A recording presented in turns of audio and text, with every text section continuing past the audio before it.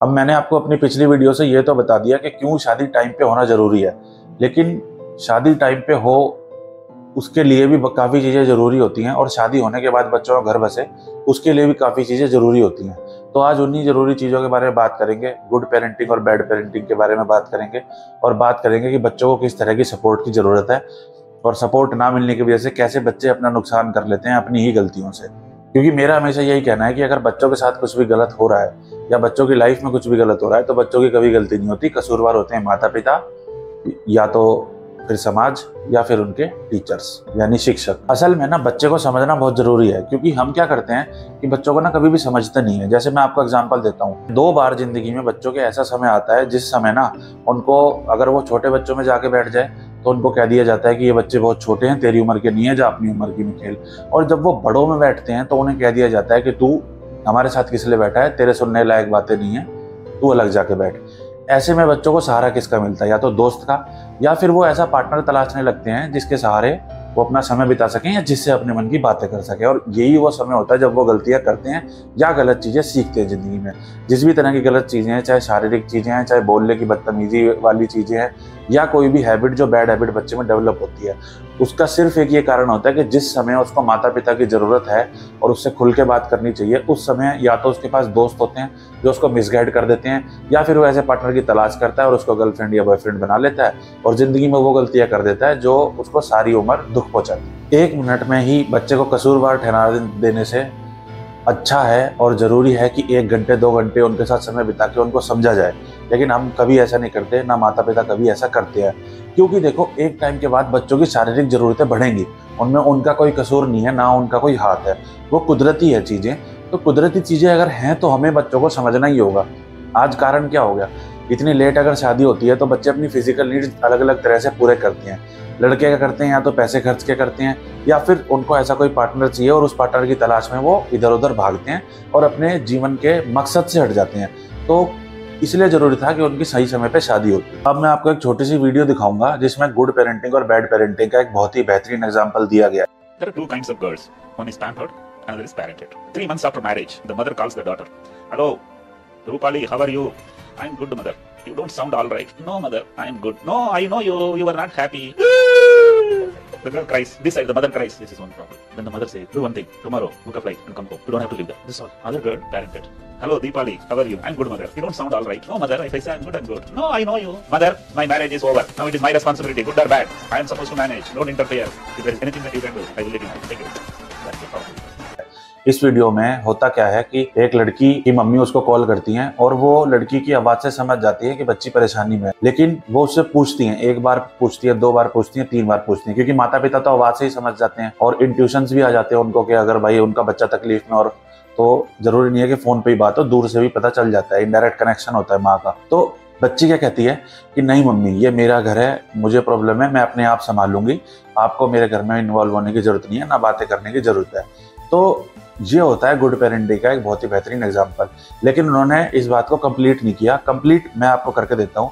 होता क्या है, एक बेटी अपने घर में कुछ प्रॉब्लम हो जाती है, उसके 6-7 महीने होते हैं शादी हुए को, तो वो अपनी मदर को कॉल करती है कि मम्मी, मेरे हस्बैंड ने मुझे ऐसे ऐसे कुछ कह दिया है, कुछ ज़्यादा खरी खोटी सुना दिया है और मैं घर आ रही हूँ। तो उसकी मम्मी परेशान हो जाती है। देखो, पहले के लोगों को ना ये बातें पता थी। आज भले ही डिवोर्स होने लग गए हैं, लेकिन डिवोर्स होना आपकी ज़िंदगी का विनाश का रूप बनता है, वो मैं अलग वीडियो में बताऊंगा कैसे। लेकिन डिवोर्स होना नहीं चाहिए, इसलिए पहले लोग किसी ना किसी तरह रिश्ते को संभालते थे। तो होता क्या है, वो कहती है मैं घर आ रही हूँ। अब माँ परेशान हो जाती है कि क्या हो गया बेटी को, क्या दिक्कत होगी, वो अपने हस्बैंड के पास जाती है। तो इसीलिए कहते हैं कि मेल के ना स्ट्रॉन्ग डिसीजन होते हैं, वो मुसीबत में ना भावुक नहीं होते। माँ लेकिन क्या है, भावुक हो जाती है। तो इस टाइम जैसे ही लड़की फ़ोन करती है तो उसका पिता कहता है कि वहीं रह, सुबह बात करेंगे क्या हुआ है। लेकिन क्या होता है, लड़की दोबारा फ़ोन कर देती है कि भाई मेरे को ज़्यादा दिक्कत हो रही है, मुझे लेने आओ, या फलाना मैं आ रही हूँ। लेकिन फादर उसके फिर मना कर देते हैं कि नहीं, तुझे घर नहीं आना। 3rd टाइम जब परेशान होकर उसके पापा को ज़्यादा ही प्रेशराइज कर रही होती है, तो उसके फादर उससे पता है क्या बोलते हैं, उसके फादर उससे ये बोलते हैं कि तू पुलिस स्टेशन जा, वहाँ कंप्लेंट कर कि मेरे साथ ऐसे ऐसे गलत हो रहा है, वहाँ हम आ जाएंगे, लेकिन अगर तू घर आएगी तो कोई मतलब नहीं है। क्यों? क्योंकि अब वो तेरा घर है, उस तेरे को अपनी लाइफ खुद संभालनी है, अपनी प्रॉब्लम्स खुद टैकल करनी है। होता क्या है कि अगर एक बार बेटी घर आ गई, मान लो घर में कोई लड़ाई झगड़ा हो गया या कुछ हो गया, और एक बार बेटी घर आ गई ना, तो उसके वापस जाने के चांसेस बहुत घट जाते हैं, नेग्लिजिबल हो जाते हैं, 90% घट जाते हैं, 10% बचते हैं। और उसमें भी फिर वही वाली बात आ जाती है, रहीमन धागा प्रेम का। क्योंकि देखो, सबको अपनी इज्जत प्यारी होती है, मैं आपको खटपट अलग से समझाऊंगा, लेकिन अगर कोई भी बहू गुस्से में अपने घर से जाती है ना, तो आसपास के पड़ोसियों को सबको पता चल जाता है। तो मेल भी अपनी ईगो पे ले जाता है, ईगो पे तो नहीं लेके जाता, लेकिन सबको अपनी इज्जत प्यारी होती है ना, कि अब चली गई तो चली गई, अब घर में आने की जरूरत नहीं है, ना हमें तेरी जरूरत है। तो इन सब चीजों से बचने के लिए पहले के माँ बाप समझदार थे, वो गुड पेरेंटिंग करते थे, बच्चों को अपने इतना सक्षम बनाते थे कि दूसरे घर गए अब अपनी प्रॉब्लम खुद ही संभालो।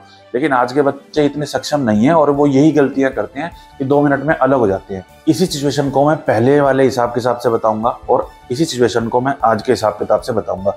पहले क्या होता था कि बच्चे ना छोटे होते थे तो वो दूसरे घर भी जाते थे, तो लड़के के माँ बाप को भी वो माता पिता की तरह लेते थे, ठीक है ना, उतनी रिस्पेक्ट करते थे और धीरे धीरे उनको समझा दिया जाता था। दिक्कत क्या है कि अगर आप किसी भी नए घर जाओगे ना, तो एडजस्ट होने में प्रॉब्लम तो आएंगी। आपके शादी के पहले साल में आपकी थोड़ी बहुत खटपट होगी ही होगी, कुछ चीज़ों पे आपके थॉट्स नहीं मिलेंगे, प्रैक्टिकली पॉसिबल ही नहीं है ना, बहन भाई तक के थॉट्स नहीं मिलते, तो आप किसी नए घर जाओगे तो थॉट्स कैसे मिलेंगे। इसलिए तो कहा जाता है कि अगर कोई पौधा किसी जगह से उखाड़ के और किसी नई जगह लगाना है तो उसको थोड़ा एक्स्ट्रा केयर की जरूरत होती है, और बाई चांस उसमें जरा सी ऊंच नीच हो गई तो बच्चा अपने आप को अकेला महसूस करते हुए या यूं सोचते हुए कि माँ तो अपने बेटे की साइड लेगी, थोड़े से एक डिफरेंसेस अंदर डेवलप हो जाते हैं और इनको संभालना जाता है, तभी घर चलता है। वरना आज जो हर 6 महीने साल बाद डिवोर्स हो जाता है ना, उसका कारण यही है कि पहले संभाल लेते थे और अब नहीं संभालते। क्यों? क्योंकि पहले बच्चे थे, बच्चे उनको माँ बाप समझते थे और उनकी बातें सुनते थे। आज सबसे बड़ी प्रॉब्लम क्या हो गई, खुद कमाने लग गए, एज बड़ी हो गई, खुद को समझदार समझने लग गए, बाहर के यार दोस्तों के डिसीजंस जो बीच में इन्वॉल्व होने लग गए। दिक्कत क्या है कि जैसे मैं हूं, आप हो या कोई भी तीसरा व्यक्ति है, सबको दिवाली पसंद आती है कि पटाखे छूटे, समझ रहे हो, इस चीज को समझना। किसी को भी शांत माहौल पसंद है, किसी को शांत माहौल पसंद नहीं होता, सबका मन ये करता है कि पटाखे छूटे। यानी पटाखे छूटने का मतलब है कि दूसरों के घर में आग लगे, दूसरों के हम देखें दूसरों के घर का तमाशा। इसलिए दोस्त आपको कभी सही सलाह देंगे नहीं, और सलाह आप लेते हो दोस्तों की तो आपका घर उजड़ जाता है आज।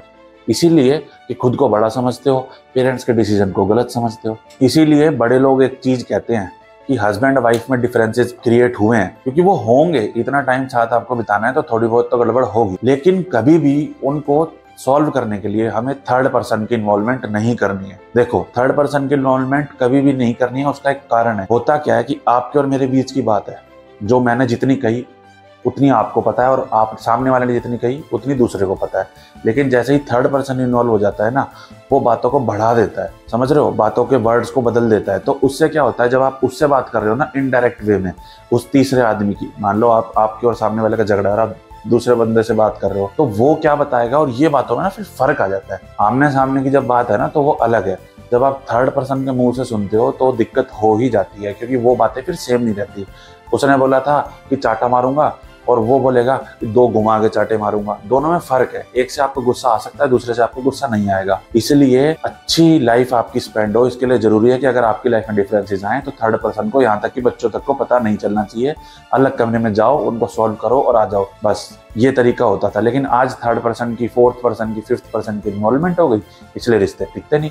और रिश्ते टिकाना बहुत जरूरी होता है जिंदगी में। जितनी शादी जरूरी है उतना ही जरूरी है कि वो शादी ठीक से चले। ये डिवोर्स, ये दूसरी शादी, ये सब ना तो हमारा कल्चर है और ना ही ये एक सक्सेसफुल चीज है। इस चीज में हमेशा डिजास्टर ही मिलेगा आपको, चाहे कितना ही आगे कर लेना, 1 कर लेना, 2 कर लेना, 3 कर लेना, 10 कर लेना, वो डिजास्टर्स ही साबित होगा आगे जाके।